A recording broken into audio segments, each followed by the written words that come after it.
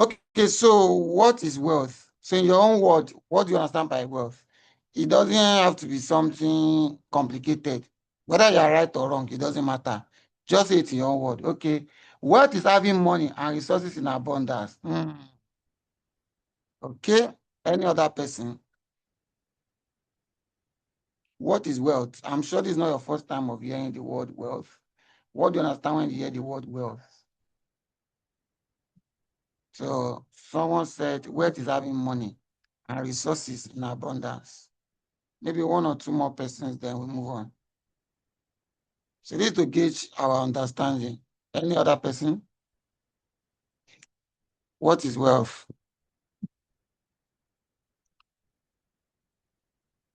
The amount of value one has that can translate to exchange for money. The amount of value one has that can translate to exchange of money.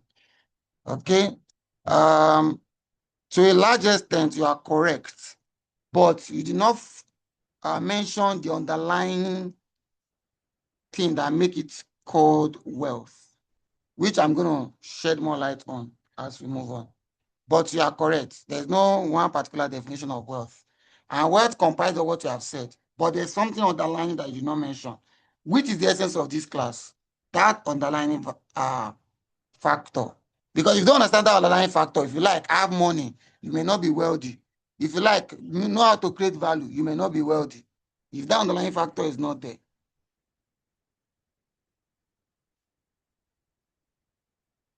So if you receive 20 million today, what will you do with it? If you receive 20 million today or now, what will you do with it? Okay, somebody said, wealth is having a lot of resources in abundance. Okay, it's still similar to what they said, which, like I said, is correct. But it's still missing something specific that I have in mind. All right, if you receive 20 million naira today, what will you do with it?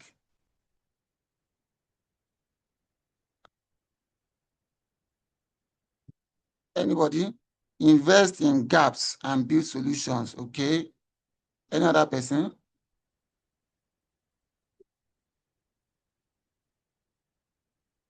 Any other person? If you receive 20 million naira today, what will you do with it?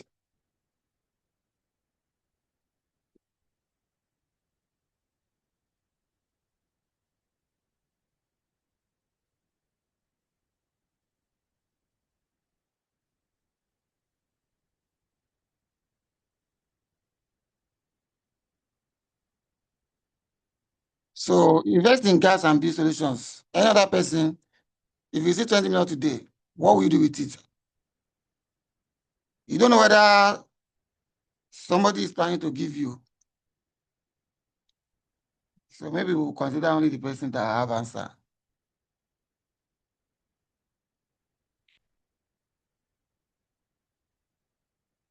Okay, invest in gap and build solution. Okay, that's the only one we have here. Any other person? I think there's one that has dropped. I will invest in knowledge and some other stock investment. Okay. All right, let's move on. So now the underlying part of wealth that I said this session is all about is what I want to talk about now. Now, picture this. A man work as a senior manager in a company. I just use senior manager as an example. It could be an accountant, a developer, or cybersecurity expert, or whatever the person is. I'm only using senior manager as an example. So the man work as a manager or whatever role in a particular company. He lived comfortably with his family. He owned a car. He has a driver and a cook. He traveled abroad during summer holiday with his family. He lived in his own house that he built by himself. The children attend good private schools. They live a life that is comfortable. They are able to meet all their needs. Then something happened. The man Either maybe he lost his job or he passed away along the line. Suddenly, everything changed for that family. Then the children could no longer afford the school. They could no longer feel the way they used to feel. They begin to struggle financially. They have to downgrade their, lifestyle. Maybe sack the driver, maybe sell some of the cars or something like that.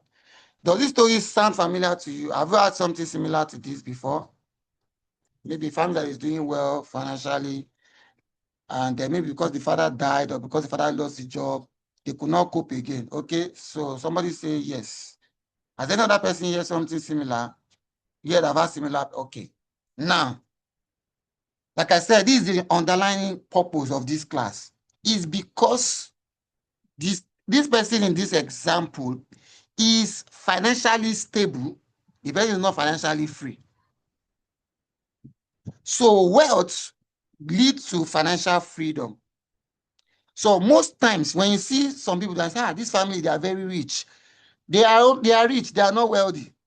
Because if they are wealthy, even though this man lost his job or this man died, you should not change their lifestyle. They should still be able to maintain the same lifestyle. They should be able to still travel. They should be able to feed very well, pay school fees till they graduate without any problem, whether the man die or not, whether the man lose his job or not. That is wealth. So the fact that you're able to meet all your needs, drive good car, live in your own mansion, it doesn't mean you are wealthy. So that's to lay the foundation to what wealth is all about. So if you have experienced something like this, or you have seen somebody that have experienced something like this, it's because the family or the father or whoever is financially stable, not financially free. So this is very important.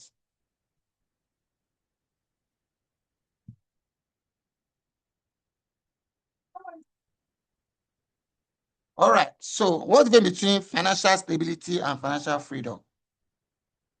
So when you say financial stability, it means you are comfortable. You are able to meet your normal needs. However, some people are vulnerable, just like the example I gave now. Financial stability means you have limited option during crisis, just like the example. Maybe the person lose their job, they have limited option, or the person dies, the family begin to struggle and things like that. So that's financial stability. So what about financial freedom? Financial freedom means you are secure and you are sustainable. So even if you lose your job or the person dies, the family is still fine.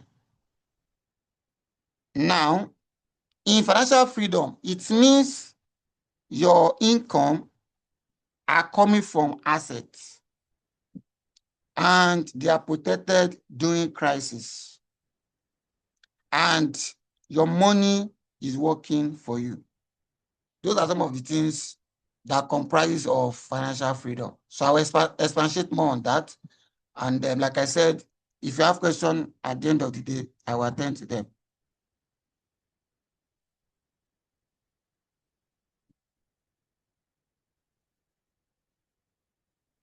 All right. So now when I say wealth creation, what does it mean? So wealth creation or being wealthy, it means that you own assets that generate passive income that is sufficient to cover your living expenses without active work. So you can say you are wealthy or you are financially free if, let's say, in a month, your expenses in 1 month is, let's say, for example, 150K. It's just an example. If you are not working, you don't go to work at all. If you can earn that 150K without you going to work, it means you are financially free. That's an example of what financial freedom means. So it means that if you need to go to work before you can make that 150K, then you are not financially free. So the example of that family I gave earlier is because that man was able to meet all his needs, travel out, do everything because he's working. So he earns salary, maybe certain amounts of salary, and that salary can meet all those needs. He can pay school fee, he can do all of those things. So when he loses his job, because that salary is what help him meet those needs. When he lose that job, he's no longer able to meet those needs again. So that's why they have to downgrade their lifestyle and school fees, sell their car, whatever. And because he required a man to be using his time to work, to earn, to care for the family, when the man dies, the family can no longer sustain themselves because the man that need to use his time to make money for them is no longer alive. So you are not seeing the difference. So when you say the person is wealthy, it means whether he's alive or not, the income is still coming in. So if what the family spend per month is 150K, I'm just using that as an example.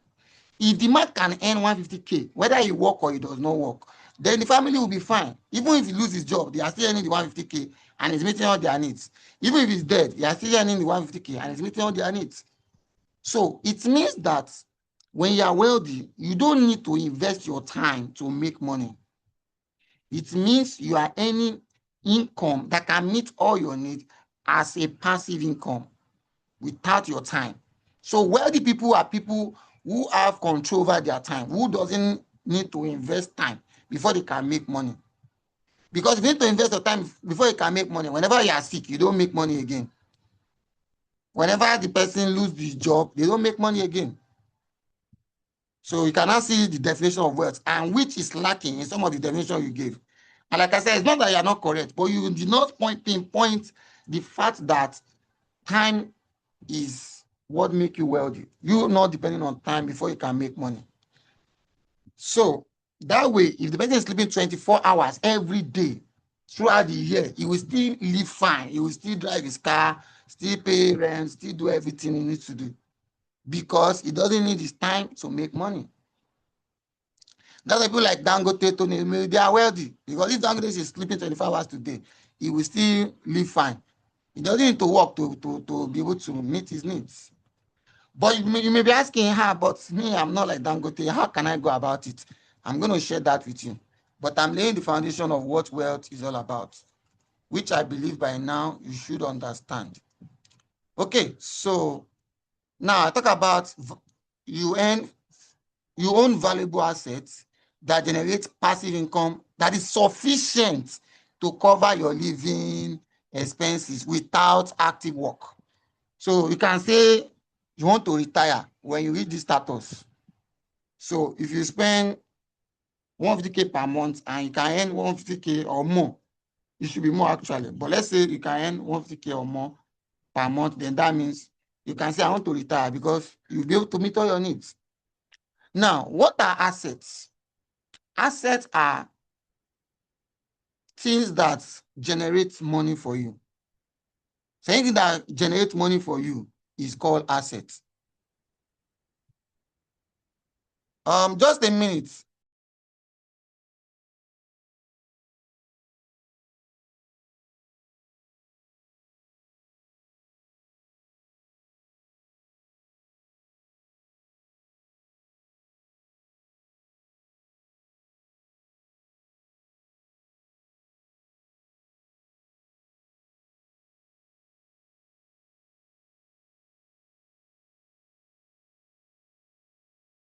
All right, sorry for the interruption. Said you own assets. Assets are things that, bring money for you and they grow in value. So mean that if you have an asset that is 500K today, it doesn't have to remain 500K, later. That 500K can become 1 million naira, can become 5 million naira, can become 10 million naira. It keeps growing. That's what we call assets. It's growing in value and it's earning you income. So generates income. So assets that produce cash flow without daily effort. Like I said, you don't need to put in daily effort, like use your time every day for you to earn from it.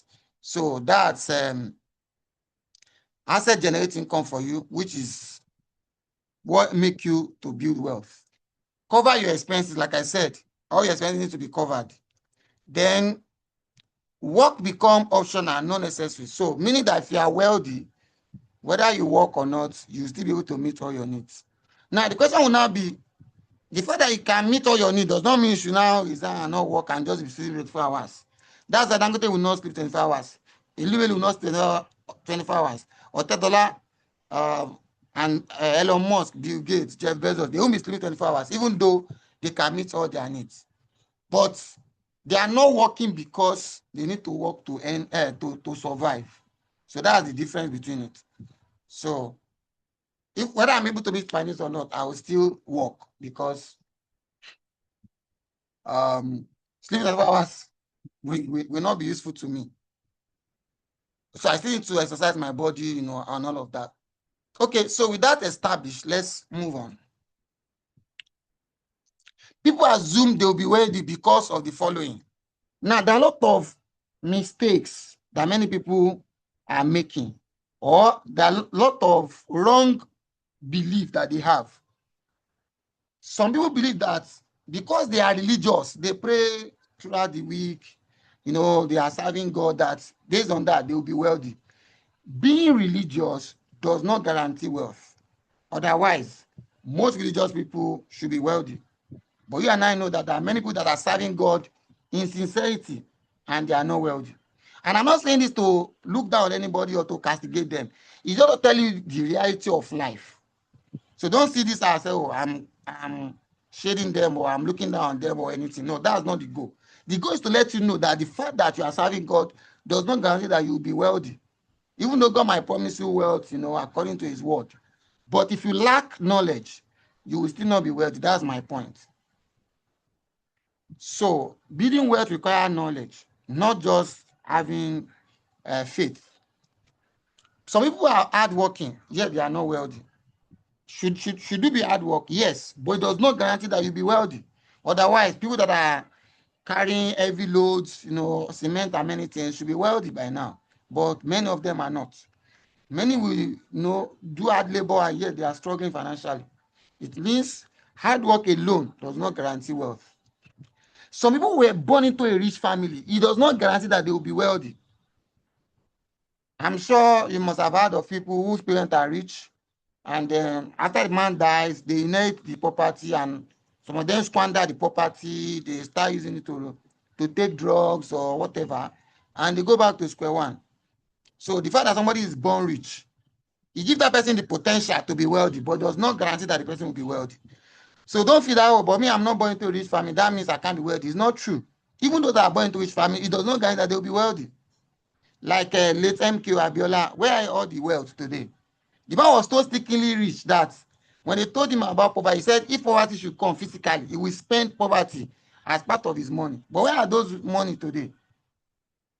So being born rich does not mean somebody will be wealthy. And I hope you know the difference between rich and wealth. Rich means you have a lot of money, but wealth means you are able to meet all your needs and even more. And before I round up, I'll tell you the things that wealth is all about beyond money. Money is just one part of wealth. Wealth comprises of several other things. The fact that you are brilliant or intelligent does not mean you'll be wealthy. There are many first class out there that are struggling financially. So the fact that one is brilliant doesn't guarantee that the person will be wealthy.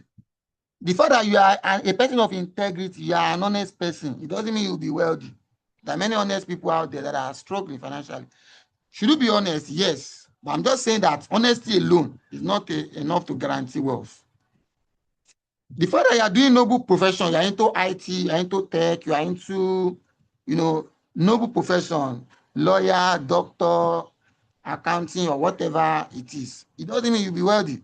There are tech people that are earning in dollars in remote jobs, and yet they are not wealthy. They may be rich, they may have plenty money in their bank account, but they are not wealthy because the day they lose that job, they start struggling after some time.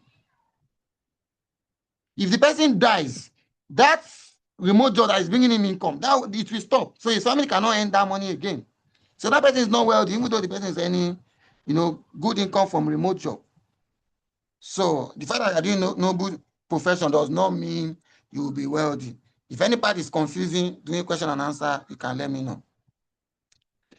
I hope we are following. You can just comment yes if you are following. Just comment yes if you are following, just to be sure. All right, good. So thank you. Okay. I just want to be sure that I'm not speaking to myself. Okay, let's move on. So now that you know that all those things cannot guarantee wealth. So I've talked about that wealth is you building assets that can give you passive income. So what are assets? Assets are things that give you passive income. Example would be having rental property. So a landlord can call that his house an asset because if he's not working again, they will still be paying him house rent. So that means he doesn't need to involve his time or work before he collect house rent.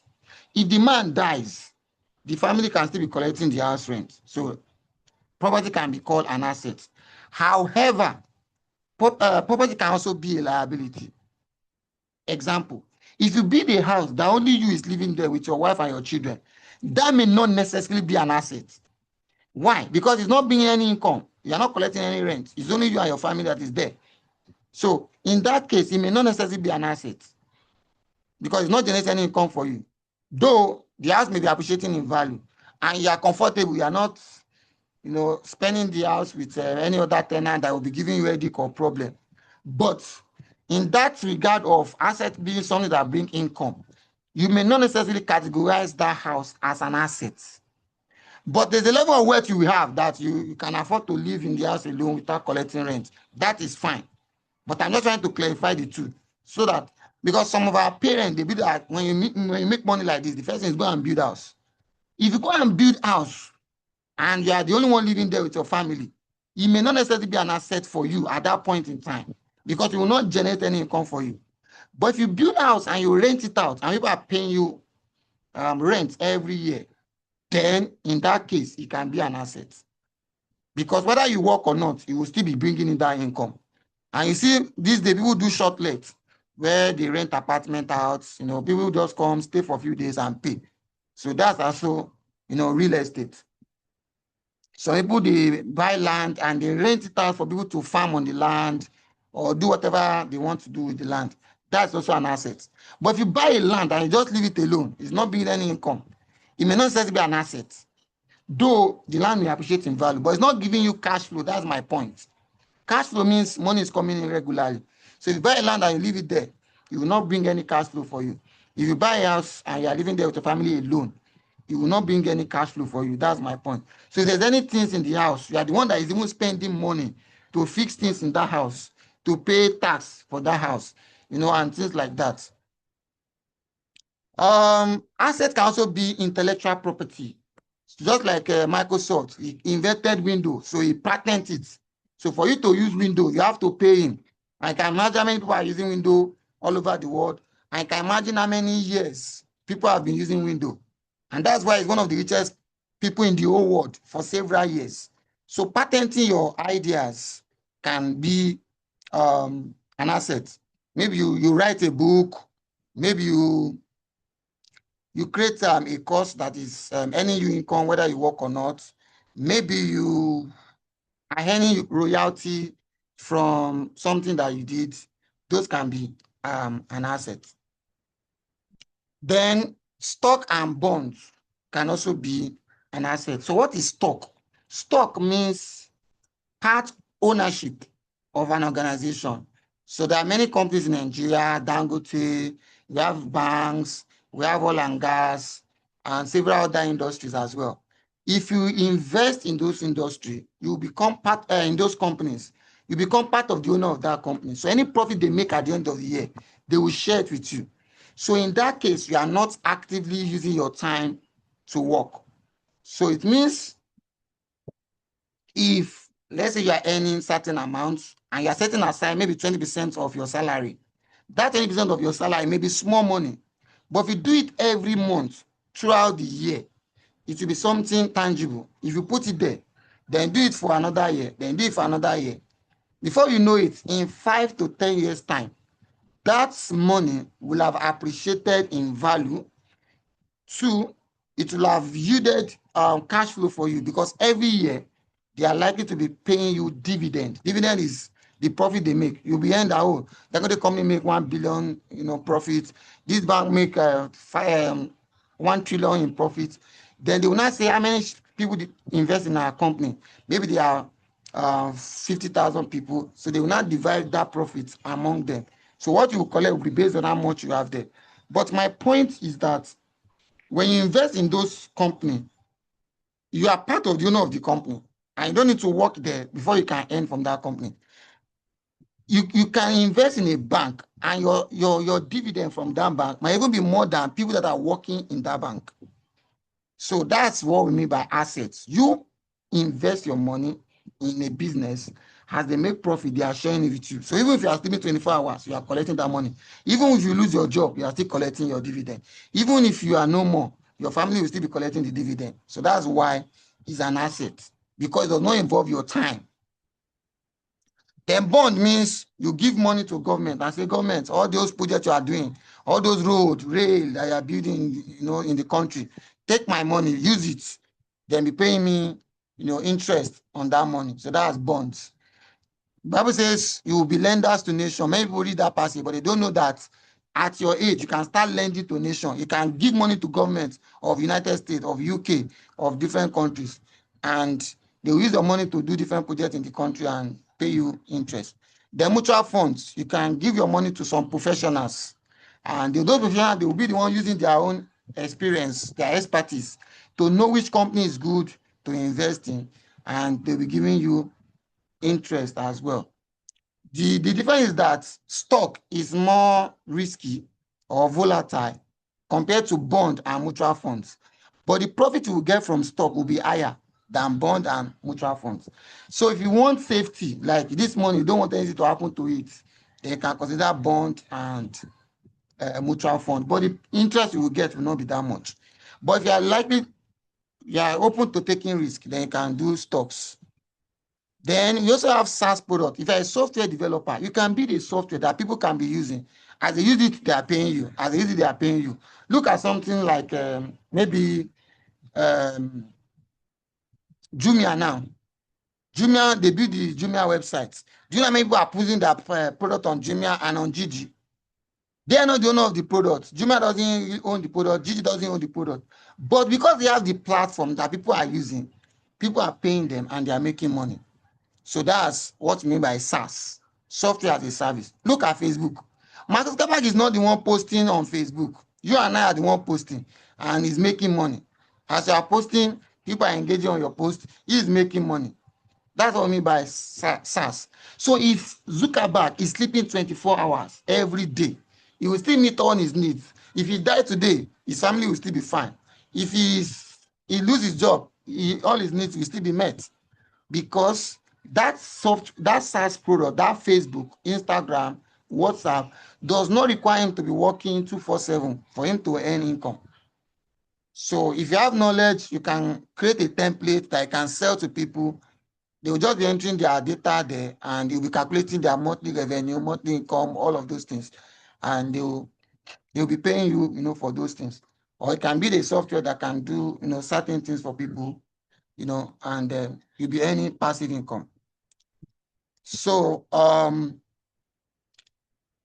you can also create courses. You can create a course of whatever knowledge you have and sell those courses and earn money from it. So when you are not even active, people can take the course and they will pay you. The only thing, just like it was asked during the retreat, is that to avoid conflict of interest, your course doesn't have to follow the curriculum of 365. You can create the course to target a particular audience. For example, you can create data analysis course for HR people alone. So that way, the data is not targeting HR people alone. We are our own courses for general people. So you can target a particular set of people alone. As long as it does not, duplicate course content of 365, you can create courses that meets different needs. Some people don't even have knowledge of a computer at all. You can create a course on how to use computer, like how to use Microsoft Word, how to use PowerPoint. The 365 doesn't do such training. You can create a course for it. When anybody come and say, I don't know how to operate computer, I can refer them to you. They will take it and you will earn your money from it. So you can create courses that does not, conflict with what 35 is doing. So that can also earn you passive income. So that's an example of asset. Asset is more than this, but it's just an example. Then treasury bill as well is money you give to government and they pay you interest as well. So like I said, assets are more than this, but these are just examples. Now, what are liabilities? Liabilities are things that take away money from you. So now, have you ever wondered why people like Tyson, he was stickingly rich when he was, active, in boxing. But along the line, he lost all his money. And it's not just Tyson. There are many sportsmen like that they will tell you they are wealthy when they were playing football, but when they were dying, they will now be asking people to raise funds for them. Even all these Nollywood celebrity, the same thing. These people that are, doing well financially, along the line, they started struggling. It's because they were rich. They were not wealthy. If they were wealthy, they will have invest in assets that when they stop acting movie, will still be earning them enough income to meet all their needs. That way, they will not be depending on uh, their children to take care of them at old age. So what normally make that to happen to them? They invest in liability. I say invest, they spend on liability. Like expensive car, you will see buying the latest car, designer clothes, they even be showing off that this wristwatch is worth $1 million, this car worth $500 million, this mansion house worth, or $1 billion or whatever. They live lavishly. They go to club, spend 10 billion naira, in a night. All of those things are liabilities. Am I saying people should not enjoy life? They should, but let it be within what is sustainable. What will not make you, what you cannot sustain if you lose your job or you lose your money or the person is no more. So that's my point. So I'm not saying that you should live in poverty, but I believe you get the point. So the question will be that when you receive your income, either your salary or whatever, ask yourself, what are the assets I can start investing in, towards the future? And please bear in mind, even though I'm saying all this, it doesn't mean that you will do it overnight. It will take you years. So it differs from person to person. For some, it might take them 5 years. For some, it might take them 10 years. For some, it might take them 20 years. For some, it might take them 30 years. But the beauty is that whatever how long it takes you, when you get to that level, you can, have peace of mind. You are no longer be afraid that, what if I die? How will my family cope? How will my children cope? How will my wife cope? You will not have that fear again because you have assets that can take care of them. Or if you lose your job and you are feeling that, if I lose my job, what will happen to me? So that's why even if your salary is increased, you don't just increase your lifestyle. You still maintain that lifestyle, pending when you're able to, adjust, gradually.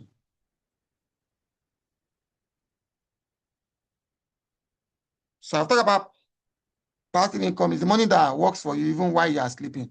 When you are sleeping, banks are still working. People are still living inside, apartments and all of that. So those things are still ongoing, without you physically there. Government are still building infrastructure while you are sleeping. And that money you have given them, they will pay you back. Now, the following are not wealth. Ponzi scheme. All this being 10,000 naira will make it 100,000 naira for you in 24 hours. Those things are called Ponzi schemes. Don't put your money there. It will not end well. You may feel that, but my friend has made money for me. Yeah, he has made money for you. How many years has he been earning money for you?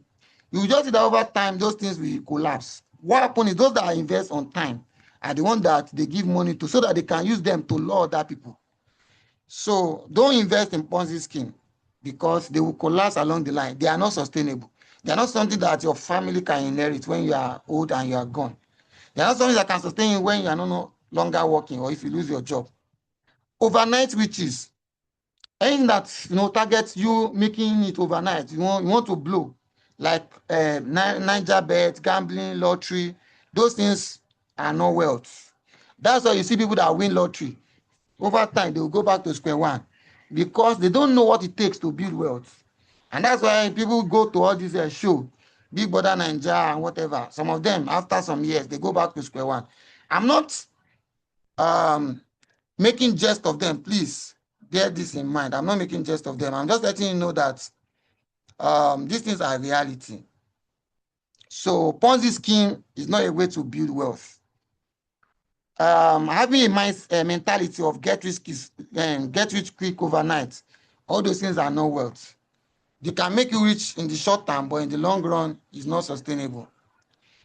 Any investment that gives you a guarantee return, that we guarantee that you earn 100% of your money within 30 days, most of the time, those things, you need to look at them critically because every investment have a level of some risk in it. Even the government bond have a risk. The government may fail for some reasons, but it's just that the risk is very minimal. That's just it. So if anybody comes to you and say, there's this investment I'm doing now, it doesn't have any risk. Your money is 100% safe. If you do this, you have to, be careful. Then don't invest in something you don't understand. If someone says, we are doing crypto, you can make money from it, and you don't know how crypto work, don't invest your money blindly. Know what crypto is all about. Know what forex is all about. Know what that thing that you want to invest in, what is all about. They say, we mine gold. Do you know how gold are mined? Do you know even original gold? So that might just be a way to just camouflage what they are doing and just say, we are into forex, we are into crypto or whatever, and just collect your money. I'm not saying people are not doing those things legitimately, but I hope you get my point. My point is that when they just use all those BB grammar for you and that you don't understand, be wary. Do your due diligence, ask questions, ask for proof, ask for evidence. Don't just follow social media comments and say, I collected my own money last night, or they give you a screenshot. Anybody can come up with a fake screenshot. So don't be carried away by that. Or the person is riding big cars and they say that, see, it's from these things that I buy this car, I buy this house. Most of the time, those that make money genuinely, they don't live a lavish lifestyle. It's only most times people that have a fraudulent means that normally live a lavish lifestyle. So you hardly see Dangote be using to shoot money in party to spray money. He will not live that kind of lifestyle. Even though he can afford it, he will not do it. Anybody I see that does it, I don't trust people like that, no matter how genuine you claim you are. Because people that make money, they hardly live extravagant lifestyle. Of course, they will enjoy their money, they can live in a mansion, but you get my point. So be wary of get rich quick scheme. All right, so there are 4 quadrants, according to cash flow, 4 quadrants of making money. So we have employment, which is you earning salary to make income. So in this case, you exchange your time for money. Then we have self-employment, where you are self-employed. Maybe you are a freelancer, or you start a business of your own that you own by yourself. You are the CEO, you are everything. So that's self-employment. So that one to still require your time, because if you are freelancing, you still need your time, to freelance before you can earn. If you stop freelancing, you stop earning. If you own a business that you run by yourself, if you start running the business dies. So it still require your effort and your time. Then we have business owner. A business owner means you have a system that is earning income for you. Then we have investor. Investor is similar to what I've said earlier, where you are investing your money to earn passive income. Now, the question will be, everybody cannot be a business owner. However, everybody can still be financially free through investment. So one of the easiest way to earn passive income is investment. Because even if you are building a business, you take time for that business to be, to stabilize and to earn you enough, for you to stabilize. However, even as an employee, you can be putting aside part of your income for investment. So if you earn maybe 200K, if you can afford to set aside maybe 50K or whatever amount, that, if you do that for a year, that can be like 600K. And it will not be 600K at the end of the year, because the investment should have, at least one way or the other, had more income to it. Maybe you earn additional 10% or 20%. So 600K, 10% of 600K is 60K. 20% of that is 120K. So your 600K plus 120K, that will be like 720K. So that means at the end of the year, if you are saving, as in investing rather, you will even have more than the amount you must have saved if you are saving. And if you do it next year again, remember you are not having 720K. I'm just using that as an example. That your 720K. By the time you continue your 50K every month and you do that for another 1 year again, you continue. That's what we call compound. Compound means your 600 has become 720. I'm just using that as an example. Now, by the time you roll over that something to the next year, as you're adding your 50K again, that will compound. You keep compounding. You keep compounding. So that means you are not earning on your 600 again. You're earning on your 750, as an example. If your salary is not up to maybe 200, maybe you're earning 100K or 150K or whatever the amount is, try and set aside maybe 10% or 20% of that money. 10% of 100K is 10K. So 10K per month or 20K per month. Of course, it might not be easy, but it can be something that you can work towards. But at least save 10% of your income. Now, why is this important? Is because there may be not enough that you will earn that will be enough for you. Let me explain what I mean. If you're earning 100K now, if that money is increased to 150K, it may not still be enough because you still have a lot of things to meet. If it becomes 200K, it may still not be enough. You still have a lot of things to meet. So there's likelihood that there's no amount you will earn that will still be enough because there will always be something for you to do. So you have to be disciplined, whether the money is enough or not, to save the little you can. Maybe 10% or 20%. I would recommend at least 20%. But if you cannot afford to save 20%, save 10%. And like I said, the money should not go to Ponzi scheme, get rich quick scheme. It should go towards long-term wealth building. And when you talk about building wealth, it might be something up to like 10 years, 20 years, 30 years. Be patient. You know that in the next 20 years or 30 years, or it may be less than that. I'm just giving as an example. You know that in the long run, you will be able to be financially free. And that at that point, whether you work or not, you'll still be fine. At that point, even if you are no longer, on this side after you must have grown old, you know that your family will not be in problem because you have something that they can, fall back on when you are not there. Because you have invested in something that does not require your active time. So that's it for that one. So like I said, I'll take questions after now. Okay,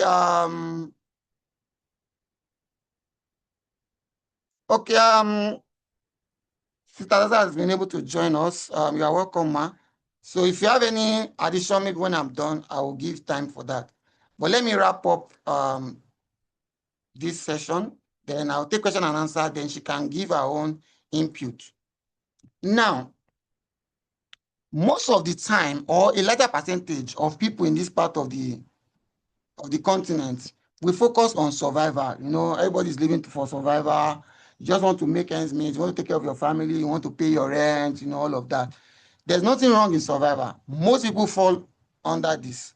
But while you are trying to survive, your goal should be significance.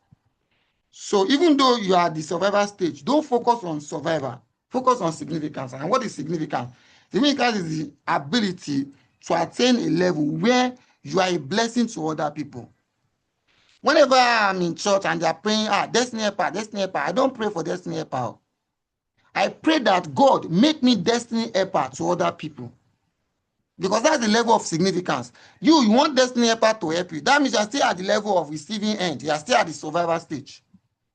Your goal should be to move beyond that survivor to a level where you can be a blessing to other people. So that's significance. So at the level of significance, you can have a foundation that is helping people pay, give scholarship and things like that. Of course, you may not be able to afford that, but let it be your long-term goal. And purpose is not something you do in the future. Purpose is something you do now. For example, if your goal is to be able to feed 10 million people, the question is, can you feed one person in a month? If you can feed one person in a month, maybe in a month you give that person maybe 5K to buy food and the person go and buy food, you have fulfilled that your purpose of feeding 100 million people. Because the goal is to feed people, but the number is to be in millions. But you are able to feed one person by giving that person maybe 500 naira or 1,000 naira to go and eat. You have fulfilled that purpose, but based on the capacity you have at the moment. So that means as God now expand your capacity, be able to feed more than that one person, and like that and like that. So as much as your goal is to try to survive at the moment, don't let that be your limit. Focus on survival. Success means you can meet all your needs, comfortably. But significance is you now look beyond yourself to be able to even be a blessing to other people. So that's where our politicians are. Many of them are still in survival, even though they are very rich, even though they have billions in their account, they are still poor mentally. They are still trying to embezzle, trying to, save money for 100 generations to come. They've forgotten that, all these things are, they are vanity. They will still leave them, one day. What would be left to be the legacy, the life they have imparted? So we have people like Mother Teresa and many of them who their impact is still, being felt by generation after them. Not because they have all the money in the world, but because they think or they live for significance. People like Mahatma Gandhi that fought for, um, the liberation of their people, the peace of their people, and so on. So your focus should be on significance, not just survival. Now, common money mistakes that people make. Common money mistake that people make. Number one, lack of financial education. Many people, they don't know about financial education. They don't know how money works, how they can make money, how they can manage money, how they can multiply money. So that's money mistake that many people make. So that means you have to invest in your financial education. Wrong belief about money. Many believe that money is the root of all evil. And meanwhile, the Bible says the love of money. It didn't say money, it said love of money. So when you love money to the extent that you can defraud people, you can kill, you can do all manner of evils, then that's when it becomes evil. Money itself is neutral. The same money can be used to bless lives, to set up health center, to impart life. And that same money can be used to buy ammunition, to kidnap people and do all of that. So money is not evil. It is when you now have excess love for money that you can, do any manner of things to make it, then that's when it becomes evil. So when you have wrong belief about money, or you believe that money is meant for certain set of people, that wealth is meant for people like Dangote or $10, is not meant for somebody like you, then you have wrong belief about money. Anybody can be wealthy. There are many people that come from, poor background, and today they are blessing to other people. So believe that you can also be wealthy as well, no matter your present situation or condition. Living above your means. You want to show off to people. You want to use iPhone. I don't know the latest one. Is this 17 now? Just for people to know, to see that you have arrived. Before I bought this my car, hey, I ran the business for over 7 years before I could buy a car. Many people after, the business start making money, start buying car, start, showing off to people that they have arrived. I didn't do that, even when I could afford car. I keep investing back the money into the business.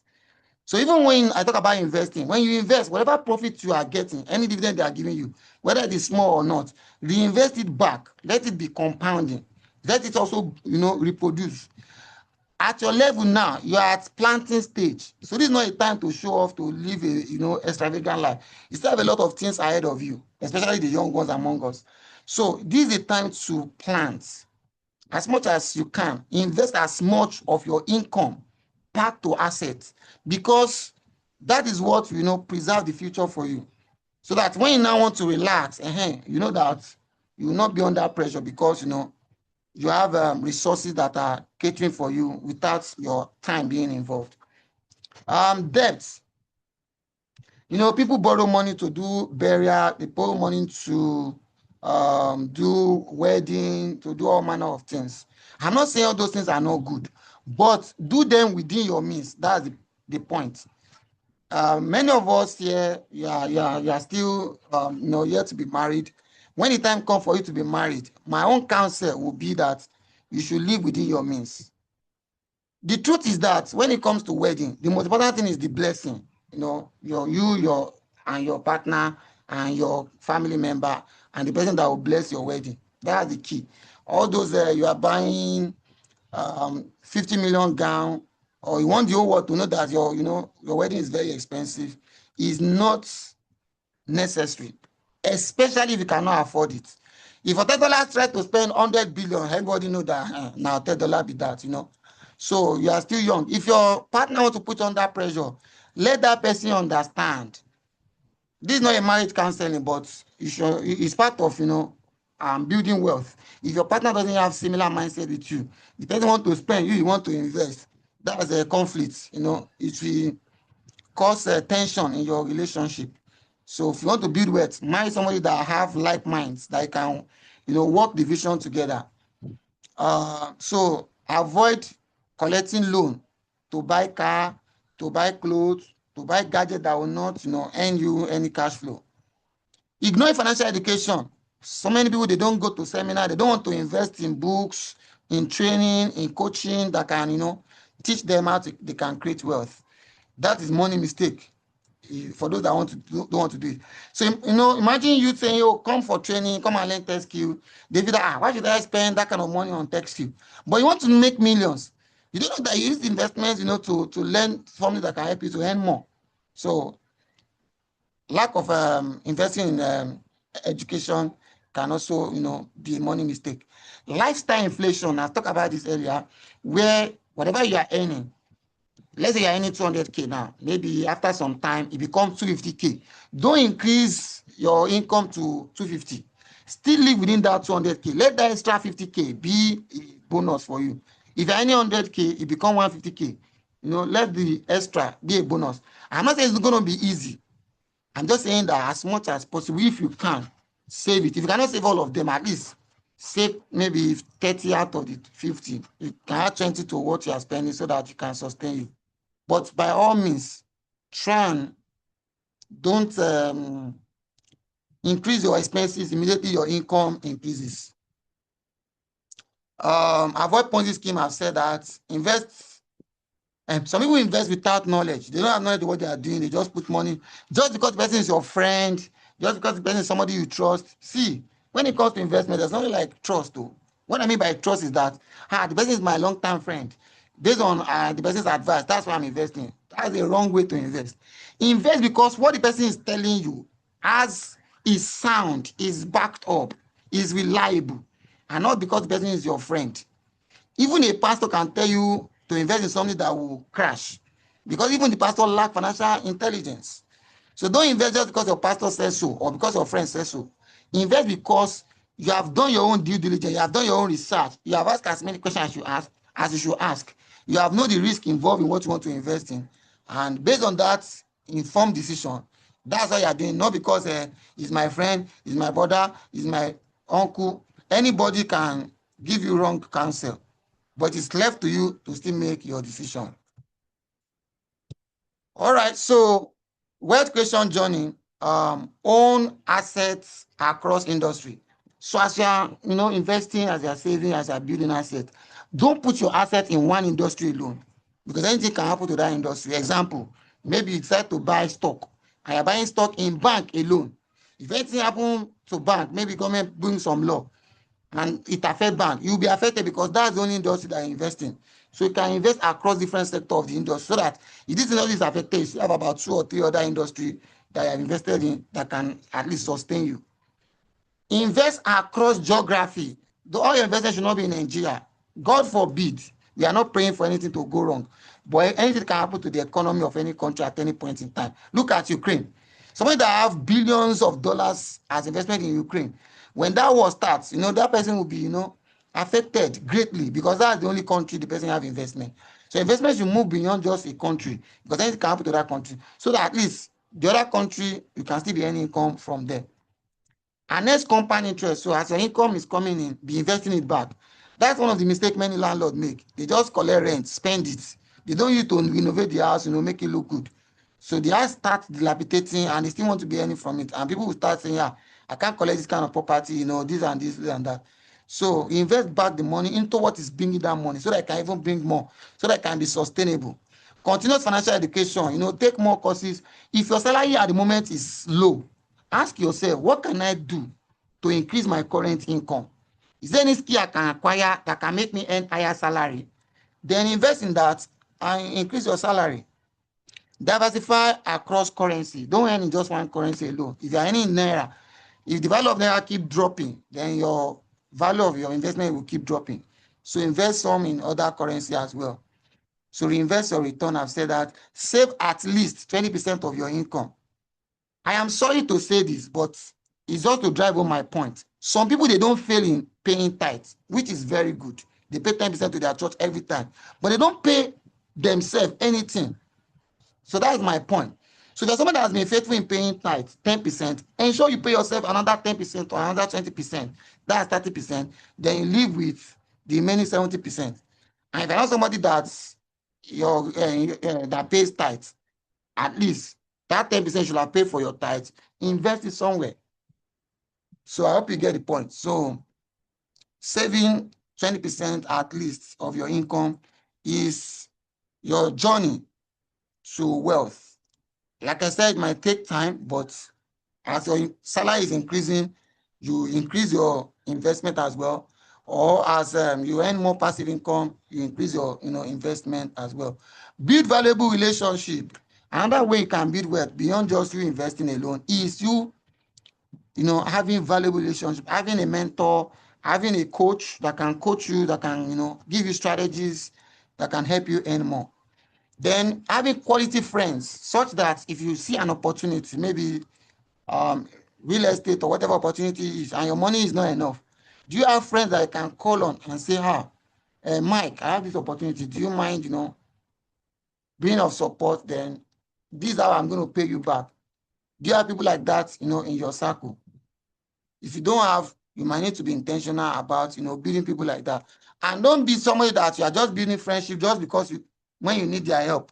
You too should be, available to them when they need your help as well. That's why there must be people that are valuable, that you can help each other, and not just people that collect from you alone all the time.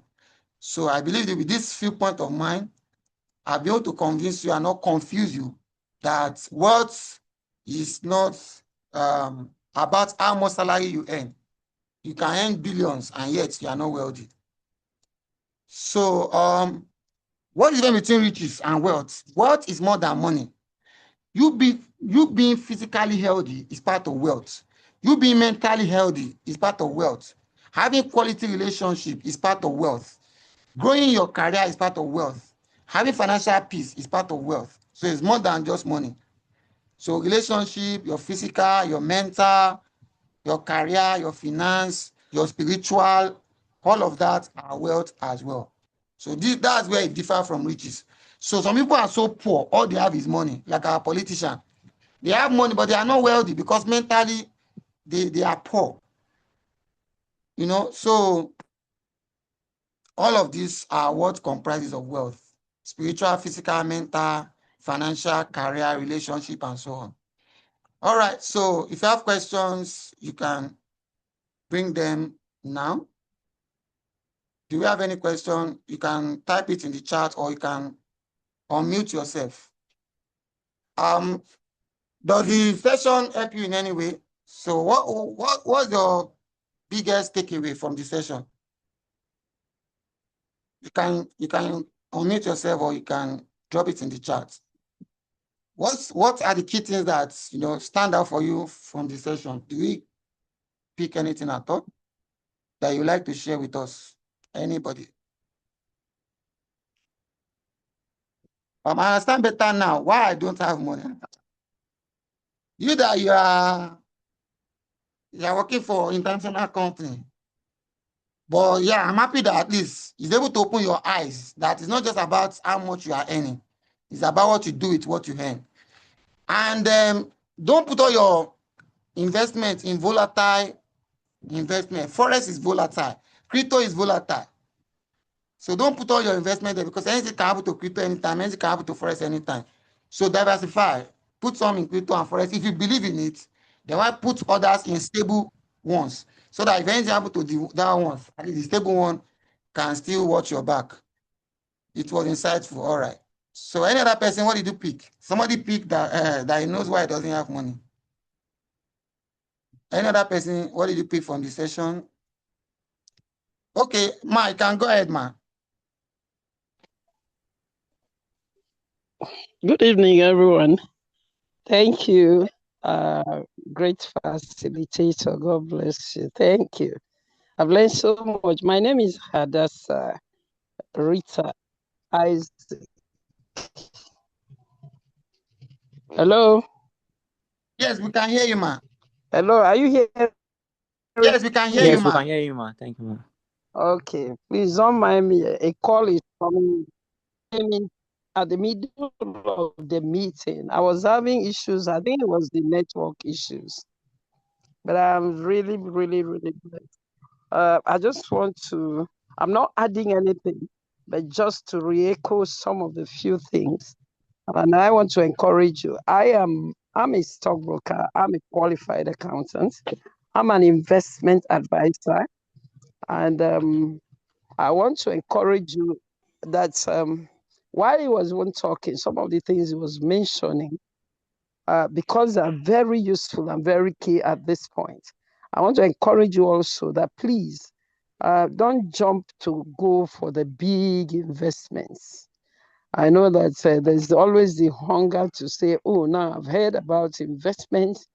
So any opportunity you have, hey, they say investments, you want to run into it. I believe we are all young people here. I want to encourage you that whatever investment that is being offered to you, he has already told us the way you can make real money.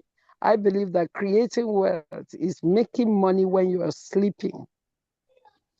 And as a young person, one of the things that should be your longing is that as you're building up in life, start thinking of where do I create wealth, to the extent that I can sleep and I'm sleeping and money is coming, even if it's small. Don't think about it big yet. Let it just start coming in trickles. And one of the ways I'll tell you, please, properties are things that give money. The properties can, if you have an encounter with getting investment, trying to invest at this age in property, and you are not very well enlightened, you could have a crash that can discourage you for life, especially as young people, if you're just building up your money. But please, there are some little investments. You can put your money as little as they are. Our speaker was talking about 20%. 20% for you may look small, but it's better. If you can invest your 20% for this month, January, and then you lose it, it will not pain you as much as you have gathered so much money, saved so much money, and then you lose it. I hope you understand what I mean. So that means by the little step, you are trying to put money in retail investments. Properties are wholesale investments. Try to find out what are these wholesale investments. I want you to learn the ropes on with retail investments, investment that can be little, so that even if I lose it, it will not pain me. We don't have plans to lose it, but it is from there that you begin to build up your risk, your level of your risk absorption level. Maybe it's my language I will use. To what extent can I absorb risk? So now, if you cannot take risk on your little 10% or 20%, so will you now go and jump to take risk when you have saved so much money, and so much there? So look for retail investments. At this level, I don't know what age level we are, but I would also discourage you from starting with partnership investments. But look for little things that you can put. And one of the areas I like to encourage young people to start developing their investment acumen or their investment level or whatever. Can I invest is the capital market. I know that when you talk about all those things like some of the things, crypto and all those young people, you're excited about it. Most times when I'm talking to young people, I tell them, okay, you can learn with that. I'm sure you can still suffer some losses and still go on with life.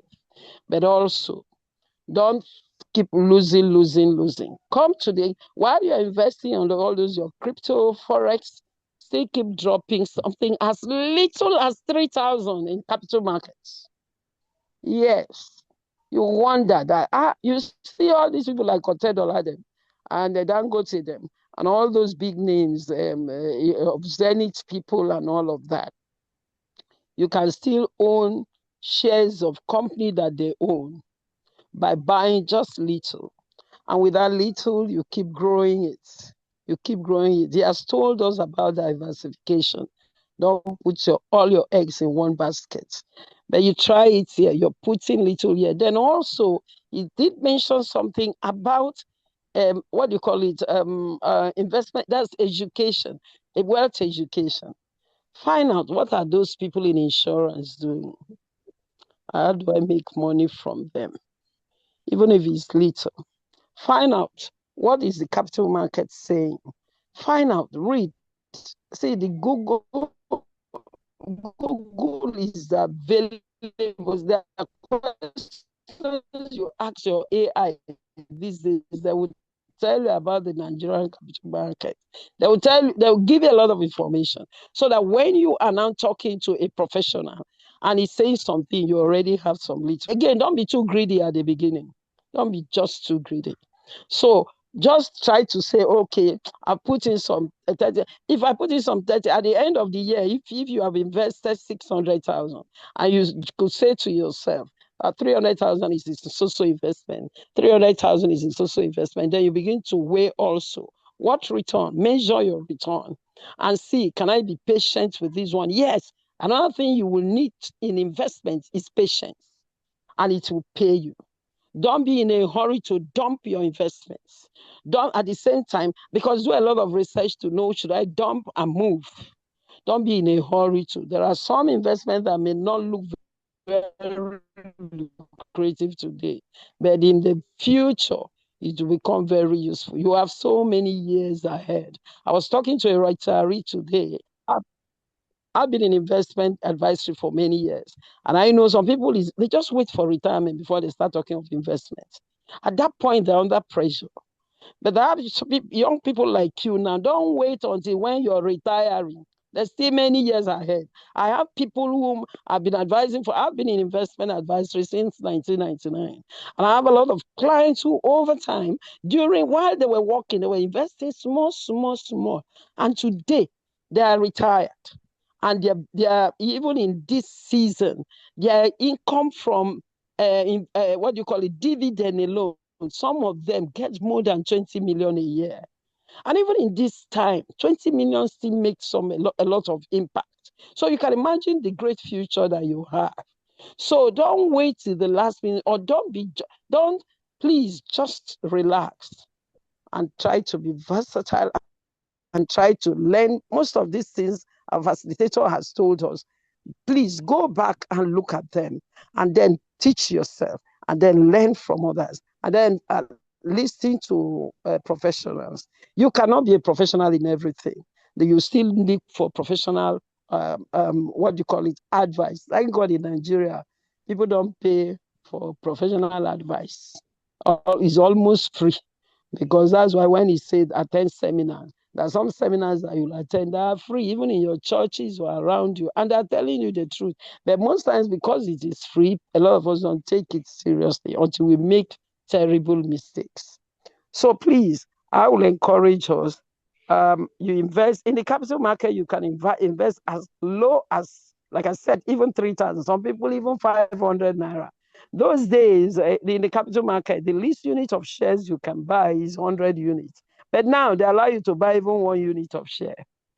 So, and he has already told you. Now, when I mentioned the issue of property, I will not expect that at this time, except you hit one big jackpot like that, you just jump and start using your money to start looking for land. In the capital market, There are some property, what do you call it?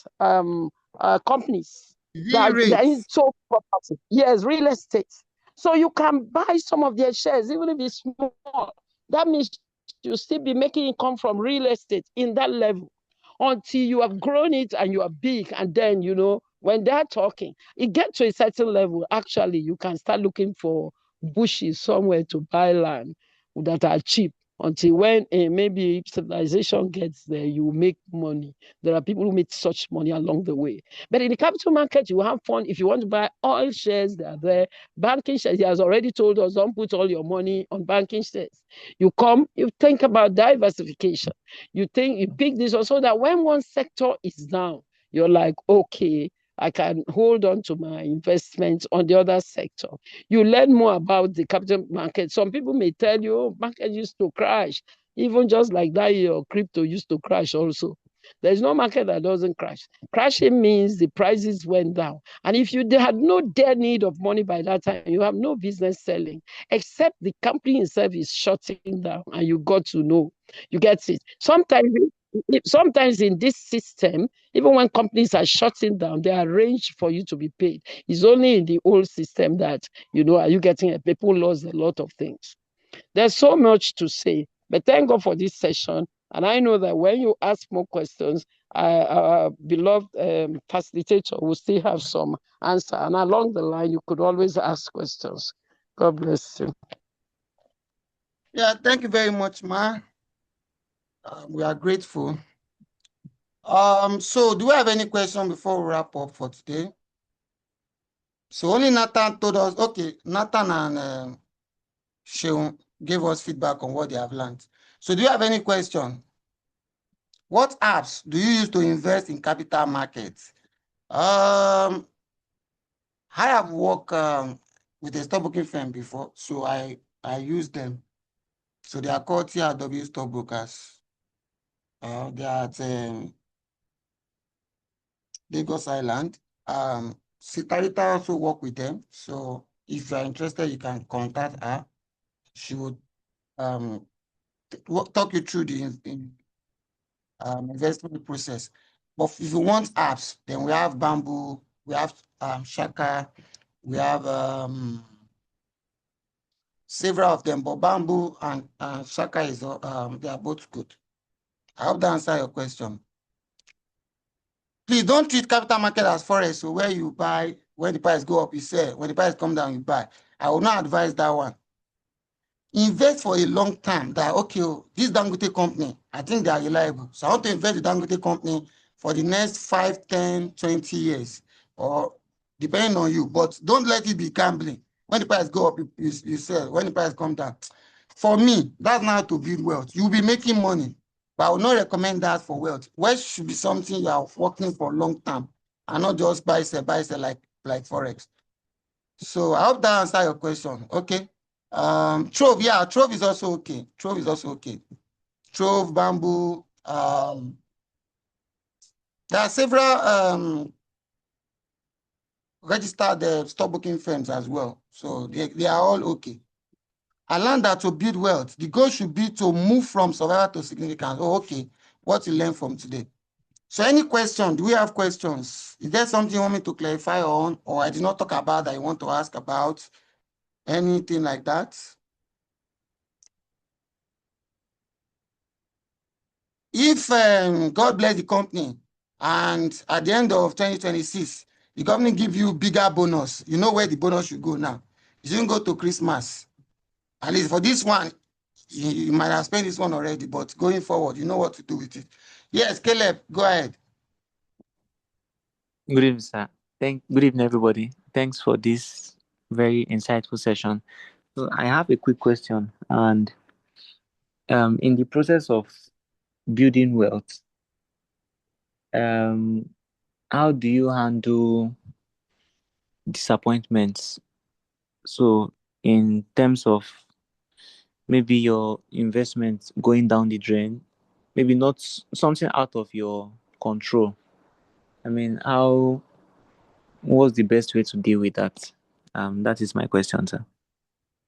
Also, thanks to I don't know whether to say Auntie Rita or Sarita. Thanks to her for her very insightful session too. Okay, I would say she can add to it if she have addition. So if I already invest somewhere and it's going down the drain, one, I don't know what I've invested in, so I cannot give a specific answer. So I'll give a general answer. Assuming I know something specific, I can give specific.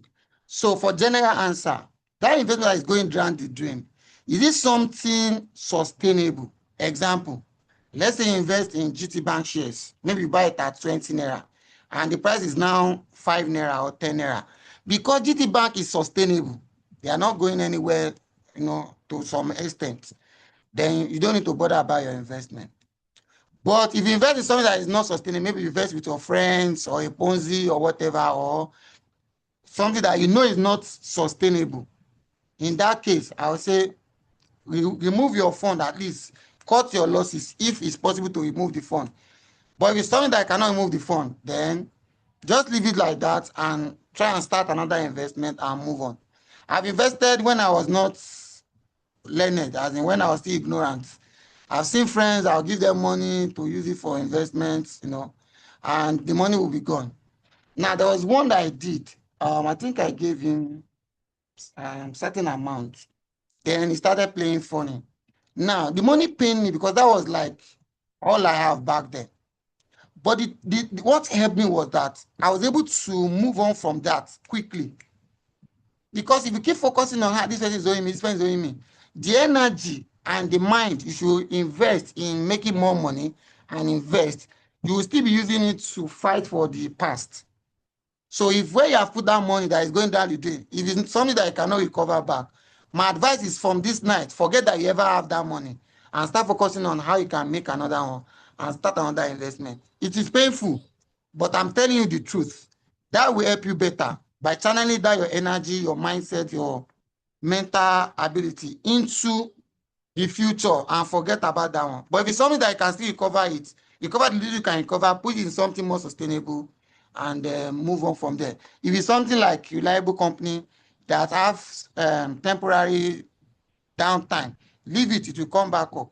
But if something that is not reliable and you cannot get it back, move on. If you can get some parts back, get it back, invest somewhere else. So, and what I said about price of shares is that price of share will always go up and come down. You don't need to bother at all. If they say Dangote price come down, Dangote cement price come down now, because Dangote cement is still doing well in the market, I'm not bothered. If tomorrow it goes up, I'm not bothered. Except for those that are doing trading, so they say when it goes up, they buy when it comes down. Me, I'm not bothered. When it go up, it's okay. When it comes down, it's okay. I can only buy more when it comes down because that gives me opportunity to increase my holding with them. So, or if I want to buy and the price is very, very high, I can just wait a bit. If it comes down a little, I now buy so that I can, save some things. But generally, I'm not moved by price go up or come down. But if I have two things I want to buy, one is very high at that time, one is low. I can just buy the lower one since I'm interested in both of them. Then when I have the chance for the other one, then I buy that as well. So that would be my general advice. If you can recover it back, recover the little and move on. If you can't recover, forget it as soon as you can. Learn your lesson so that you don't repeat it. Because expect that you don't learn from, you're likely to repeat it. So just learn your lesson. Why do you invest in that wrong investment? What can you do differently next time so that it doesn't go down the drain again? So that would just be my advice. I don't know if she has any addition she want to add. Well, thank you so much. I will also say that one of the major reasons why, like our facilitator is saying, don't allow it to hurt you to the point where you will not be able to take other decisions. He has already told us earlier that mental health is wealth. Our health, physical health, is wealth. While you're investing and while you're building and while you're growing, care about your health. Then for the investment, thinking about whether it's where it is going, the direction it's going, he has already told us so much. But I also emphasize that please, you're still young. I know that we are not perfect, but try to research your investments. He has told you the actions to take when you realize it's going to a direction you cannot control. If you can meet it up, please take what you can take out of that investment and move forward. Most even people like Warren Buffett, they make losses sometimes, but he knows how to strategize, and he knows well and well. So we've heard so much, but please research your investments so that, and then because I had that opportunity, most of the time I was always taking to be able to advise clients. I was always taking position with the ones that I have researched, and I still believe that, hey, this one will be there.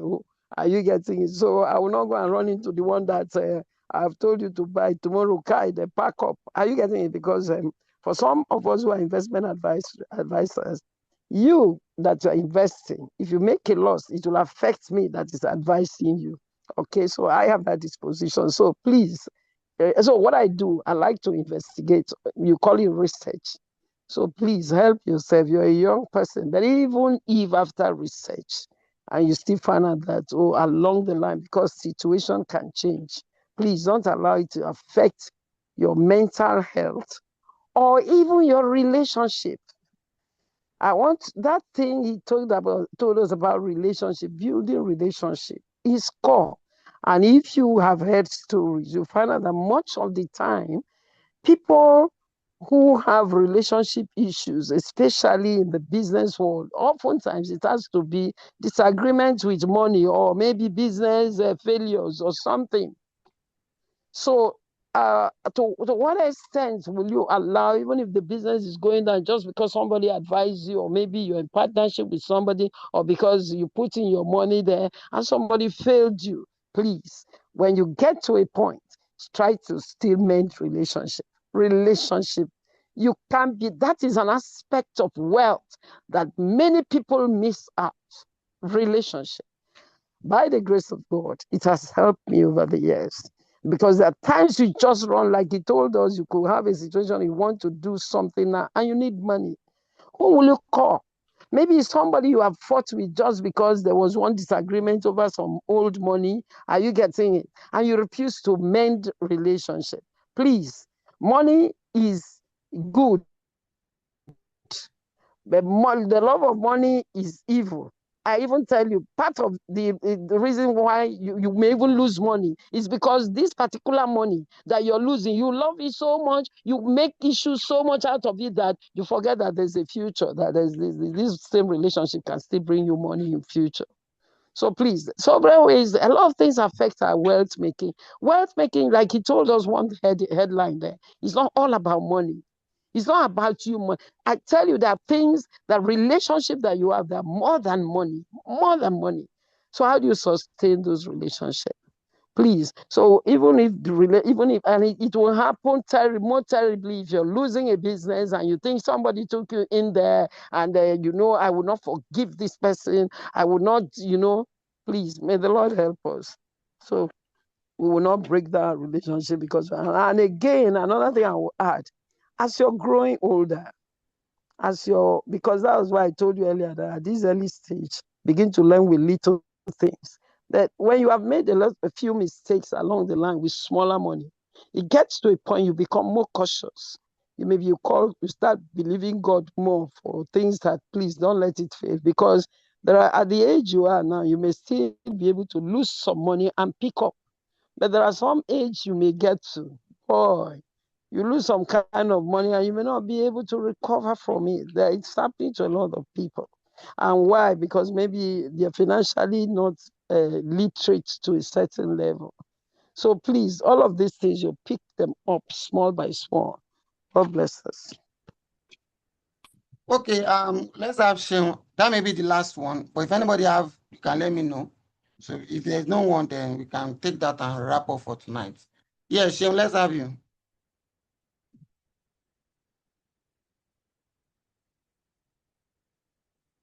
Sean, are you there? You were raising your hand. Yes, sir. Hello, sir. Okay, I can hear you now. All right. So I say once again, thank you very much for this wonderful session. So my question is in line with Caleb's question. So I want to give a scenario of what can be done in that aspect. Now, you've kind of answered a part of it, but there's a second part that I want a clarification to as to what can be done. When I say the situation whereby there's, say, this particular asset, for example, say a landed property that you know that you cannot naturally afford, right? So let's say it's about, for example, a 1 million naira, and you're told that, oh, you need to pay within the space of, let's say, 3 months. Now, on the norms, you know that within that 3 months, you cannot gather such amount of money to acquire it. Now, within that period, you have got, say, for example, a kind of job or say a contract that you know that within that 3 months is going to pay that amount of money. So now you intentionally took that particular job and you told yourself that, oh, the money I'm getting from this particular job I just collected, I'm not touching it. I'm going to put everything into this particular asset that I just got an opportunity to get. Because the norms I know I cannot afford it, but I have an opportunity now to have that money. Now you now started it. Now the entire 1 million naira that you want to get from that particular job is not coming at once. It's going to come within the space of that 3 months. Now you got the first one, you put it into that particular investment. Now, let's say you even got the second one, you put in that particular investment. Then that particular job, there's now let's say a clash or a crash, or somehow they broke the agreement and they stopped paying, and the whole thing went down the drain. Now, they are not paying your money. You have just 1 month to pay up, and you know you cannot get it. And the agreement you had is that if you don't pay up, there's no refund, everything is gone. The other person is not paying up, you are losing your money at this other hand. Now, from the aspect I said you already answered is forget about the fact that these people are owing me and all of that, you don't break the relationship and all. But now I'm losing that money with that investment that I cannot complete. So what now happens? What can I do in that instance? Okay, if he has any addition, she will say, but let me just respond. The landed property, is it genuine? Have you done your due diligence? You have confirmed that this thing is legitimate and the location is viable and all of that. If you have confirmed that, and does the person have other source of income that can bring him income later on? If he can get income later on, and he can source for the balance elsewhere, that will not put him under undue pressure just to complete the payment from the land, since he has paid like 400 out of 1 million naira, which is almost half. To avoid losing the 400K completely, if the person can raise the money elsewhere, pending when he's able to pay back that one, to tie down the land, or he can even use the land as collateral, maybe something like that, that okay, can I get 600K? I will use this land as collateral and I'm going to pay back at certain time. Please give enough time. Don't say I'll pay back next month when you are not even sure you can pay back next month. Okay, maybe within 6 months.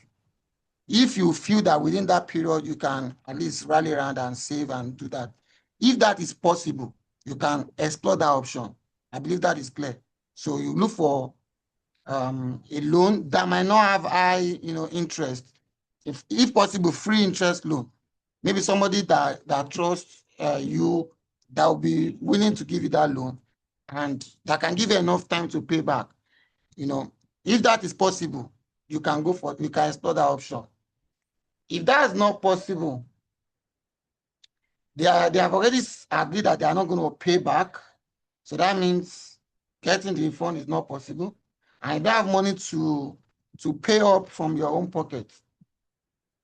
So if you can explore that possibility of a temporary loan that we have little or no interest, you can explore that while you plan for paying back. But if that is not possible, the other option would have to be that you forfeit the money you have done already. Since you already agree with them that you forfeit your money, that's why before you agree, always check pros and cons. Because when you agree, you might feel that, should be how many salary, I will pay back now. Always say, what if?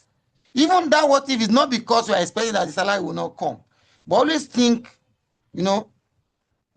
think things through. Even if it look possible, always think it through, that what if anything happen? What if there's a need that come up that my salary go for? How do I pay back this investment and things like that? So, because if you have think it through earlier, you might not have even started since the salary payment were just two. You will have said, okay, maybe when the salary has completed, I can, put it in the investment. So maybe you might have, delay for that so that I can do some saving before you invest outrightly. So those are my own opinion. If you can get fund elsewhere to balance up so that you don't lose the property completely.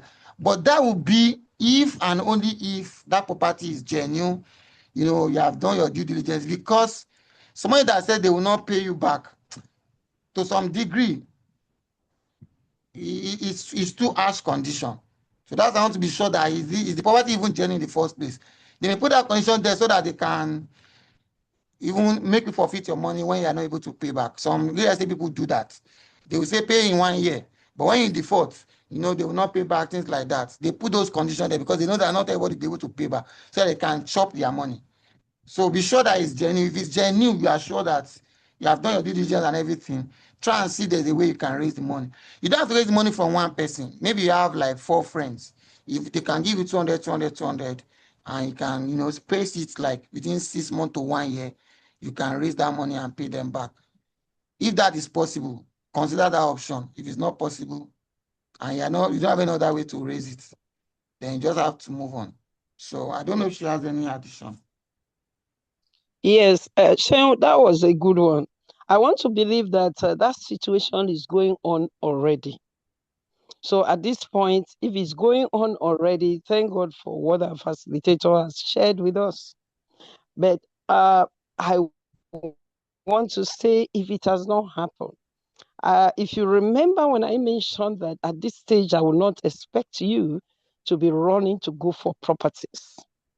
I will encourage you that at the age you people are, I know that, you can always get those kind of things fast. It's available everywhere, but the facilitator has warned us that sometimes when they push you to the wall, giving you that short condition, is because they don't even want to give you the land. They expect that you will default.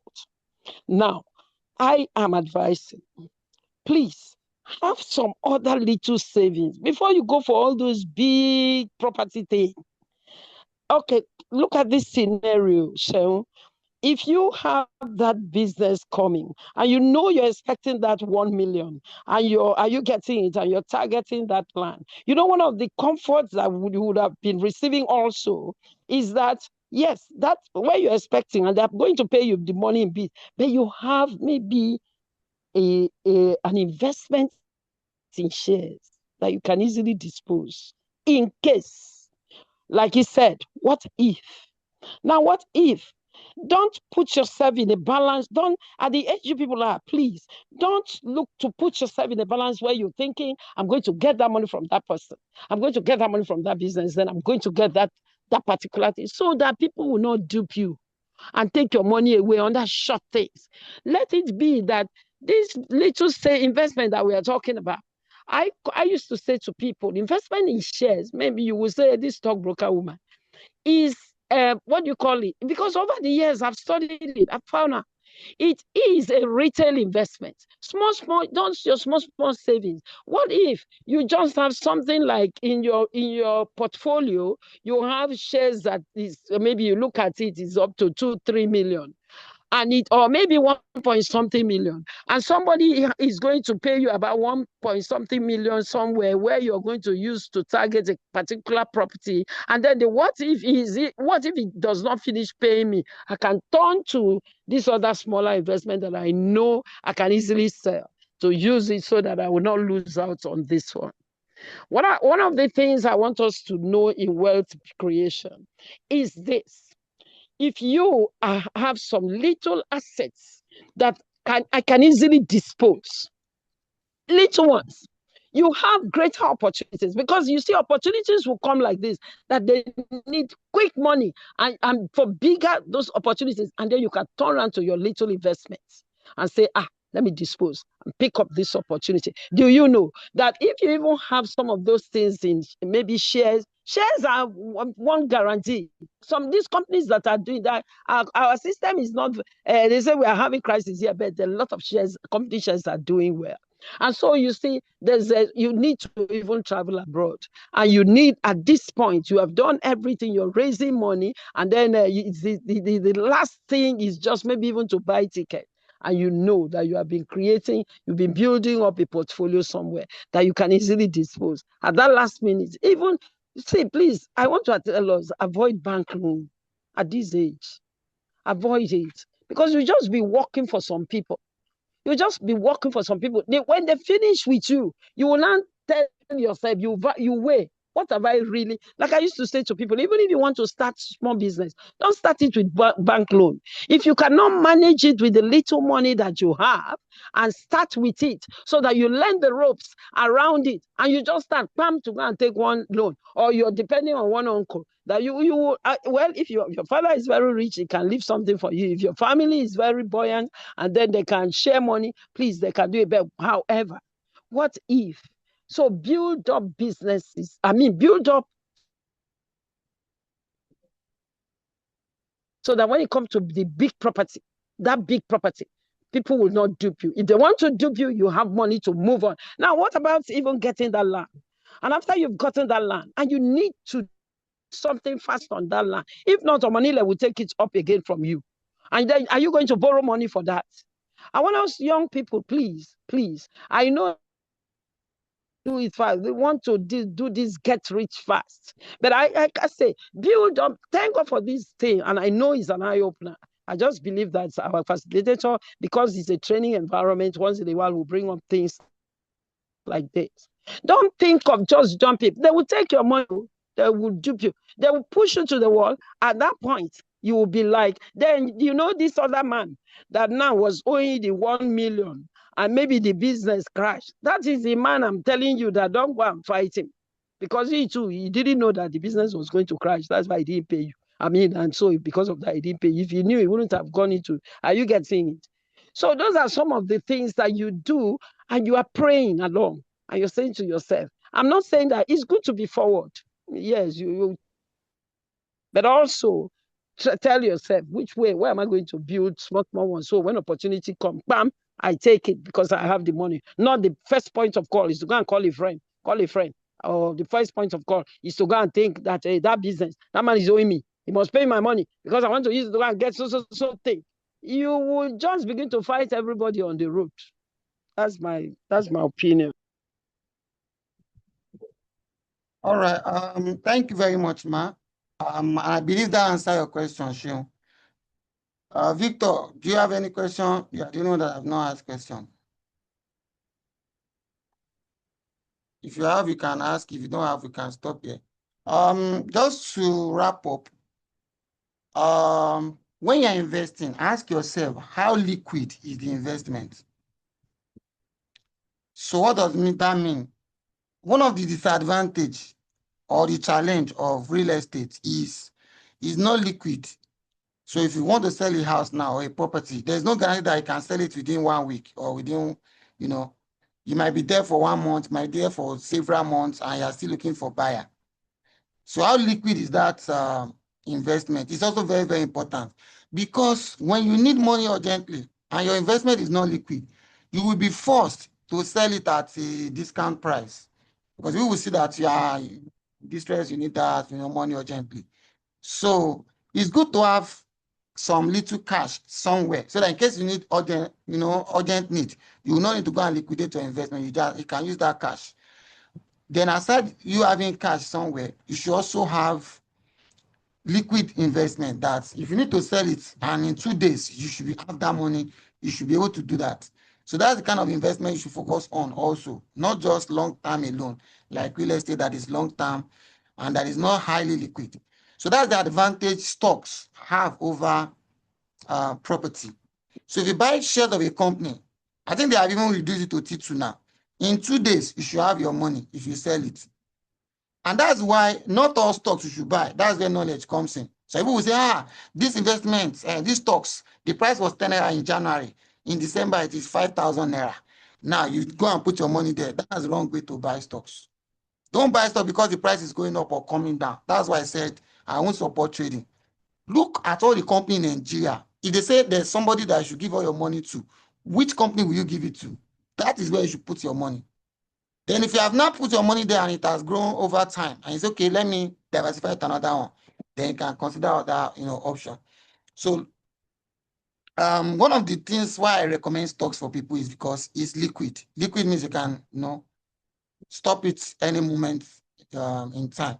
And that liquid one are things like mutual funds. So if you put your money in mutual funds, you can also liquidate mutual fund and get your money within maybe 3 days or 2 days. My challenge with mutual fund is that it's not good for long-term investment. So maybe you want to pay your house rent and you want to be saving it.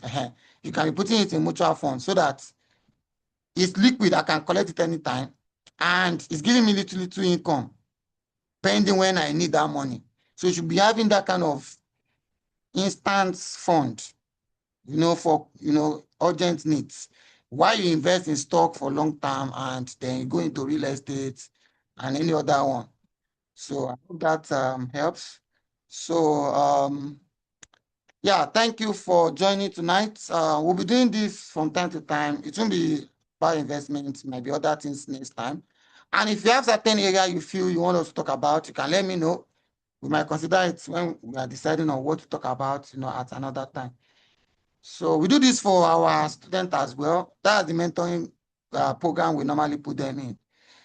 When Kele was saying that we should give more than just we offer quality service, these mentoring are very valuable. If you have to pay for it, I know how much I pay to learn what I taught you this night alone. It's over, it's not small money I pay to learn what I taught you. But the beauty is that knowledge alone, in fact, it has paid itself back, in multiple folds. So that's the beauty of knowledge. When you invest in knowledge, it will pay itself back in multiple folds. So, like I said, once in a while, we'll be meeting like this, talk about how you can improve different areas of your life. Maybe one of these days, she will teach us about insurance, how we can insure, things and all of that. So once again, thank you very much. And thank you, Ma. We are glad that you eventually able to join us, and we appreciate your contribution as well. So enjoy the rest of your holiday, and please make sure you rest too. Don't be working yourself around the clock. So that's why the company give you enough time to rest. So we'll resume back in January. So class starts January 12th. So enjoy your holiday with your family. Good night. Thank you, sir. Good night, sir. Good night, sir. Good night, everyone. Good night, man. Thank you very much. Good night. Thank you, sir.